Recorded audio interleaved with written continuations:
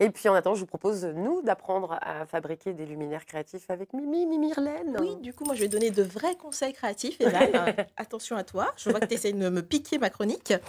Alors, du coup, aujourd'hui, on parle luminaire créatif. Bien éclairer sa maison est indispensable pour y voir clair, bien sûr, mais aussi pour donner une ambiance et pour se sentir bien. Selon les pièces, selon la superficie, selon ses goûts, le choix des luminaires ne sera pas forcément le même.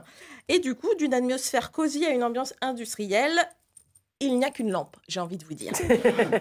Je vous propose donc de customiser ou de créer des luminaires pour donner une touche déco un peu originale à votre intérieur à moindre coût. Du coup, dans le style efficace et facile, on pensera à détourner certains objets comme un saladier en métal, par exemple, qu'on peut avoir dans son placard ou qu'on pourra acheter. Celui qu'on voit à l'image, par exemple, coûte une trentaine d'euros et sa texture martelée et son intérieur un peu doré évoque un style industriel et chic. Du coup, pour le transformer en abat-jour, on viendra tout simplement percer le fond avec une perceuse et un forêt spécial métal. On fera juste un trou... J'aime bien juste une perceuse. Une perceuse à la forêt, il n'y a pas besoin de grand chose pour faire un trou, d'environ 5 mm pour passer le système électrique de l'ampoule. Vous pourrez également récupérer n'importe quel saladier, on va la perdre, en métal et le repeindre avec une bombe de la couleur de votre choix. Autre objet que l'on pourra également détourner, une corbeille en osier ou en rotin. Pour une touche un peu naturelle et bohème, on pourra faire le choix du 100% naturel ou pourra aussi laisser parler l'artiste qui sommeille en soi pour la repeindre totalement ou en partie. La réalisation de motifs graphiques viendra égayer un petit peu un intérieur un peu trop minimaliste, par exemple. Ensuite, après avoir joué la carte de la récup, je vous propose aussi d'aller un peu plus loin afin que vous puissiez avoir dans votre intérieur des pièces de luminaire design et ce, en épargnant votre compte en banque. La première pièce que je vous propose de découvrir, c'est la lampe volière de Mathieu Chalière, un designer français, qui apporte une touche nature dans votre intérieur. Elle figure une cage à oiseaux où l'on retrouve une jolie ménagerie de volatiles colorés. Mais le bucolique a un certain prix, n'est-ce pas? Puisque cette lampe coûte environ 500 €. Allez. Je vous propose donc de réaliser le même luminaire ou presque pour à peu près 10 fois moins cher. Du coup, je vous ai emmené ma petite réalisation ce matin en plateau. J'ai utilisé... Bah oui. Non, c'est bien. Qu'est-ce qui se passe? Petite réalisation, c'est ça qui vous a... Non, ce qui me fait rire, c'est que ça ne peut pas être une suspension telle que vous l'avez Pourquoi? présentée là. Bah oui, les oiseaux sont à l'envers. Oui, mais c'est ça, vous allez comprendre pourquoi après. Méthode. Attention, c'est une créative. Hein. On peut la mettre comme ça, il n'y a pas de souci. Mais c'était pour la suite de... Vous êtes en train de gâcher ma... Non, c'est pas possible. Si. Non. Donc, je poursuis. Alors, pour faire cet abat-jour, j'ai utilisé du grillage en rouleau que vous trouverez en magasin de bricolage à environ une dizaine d'euros et des cercles du coup spécial abat-jour qu'on trouve en magasin de loisirs créatifs. Il faudra juste penser à prendre un cercle qui détient un support pour l'ampoule. Du coup, on va venir apposer le grillage sur le premier cercle en retournant les petits picots. Donc, pour cette étape, je vous conseille d'utiliser un gant pour éviter de vous griffer avec le grillage. Une fois qu'on a sa structure, on vient peindre le tout avec une bombe. Là, j'ai utilisé une bombe dorée. Vous avez mis combien de temps pour le faire? Alors ça, il faut environ 2 heures.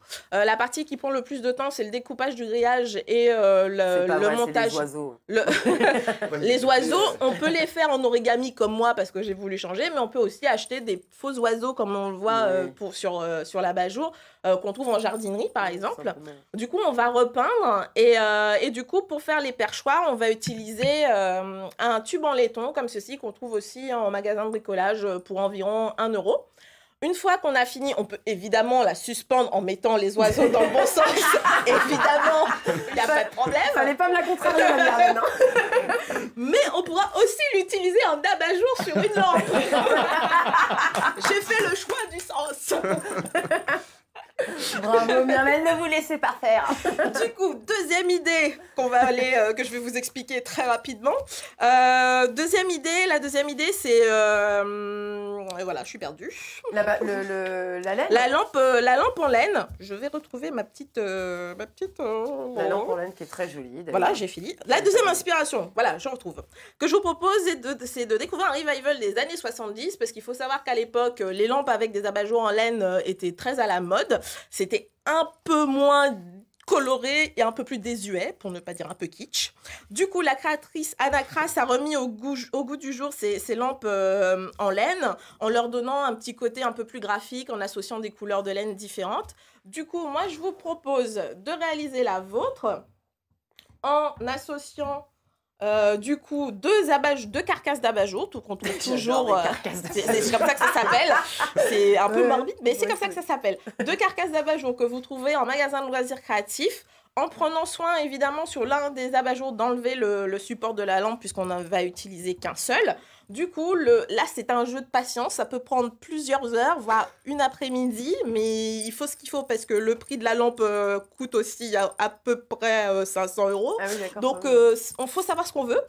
Et du coup, on va venir tout simplement avec la laine faire le tour de chaque carcasse et il faudra prendre bien soin. Je vous montre à l'image ici. Quand vous faites votre partie supérieure avant, vous faites la partie inférieure, il faudra bien prendre soin de passer entre chaque fil pour avoir un effet un peu tissé comme ceci. Et après, on rajoute simplement un système électrique qu'on trouve en magasin, Partout. pareil. Myrlène, pour conclure, vous avez ramené une bouteille dorée. C'est pourquoi? Oui, donc, je ne sais pas vous, Alicia, mais peut-être vous vous êtes déjà retrouvés à un repas, vous voyez une belle bouteille sur la table et vous vous êtes dit, peut-être que je vais la transformer en lampe. Non. Non, moi non plus, mais nos amis italiens, apparemment oui. Du coup, je vous ai trouvé ce petit appareillage qui coûte 20 € sur Internet, qu'on vient poser sur sa bouteille. Et du coup, Ah, pas mal, pas mal. on vient poser ensuite son petit abat-jour qui est dans le bon sens. Merci beaucoup Myrlène. Allez, je vous propose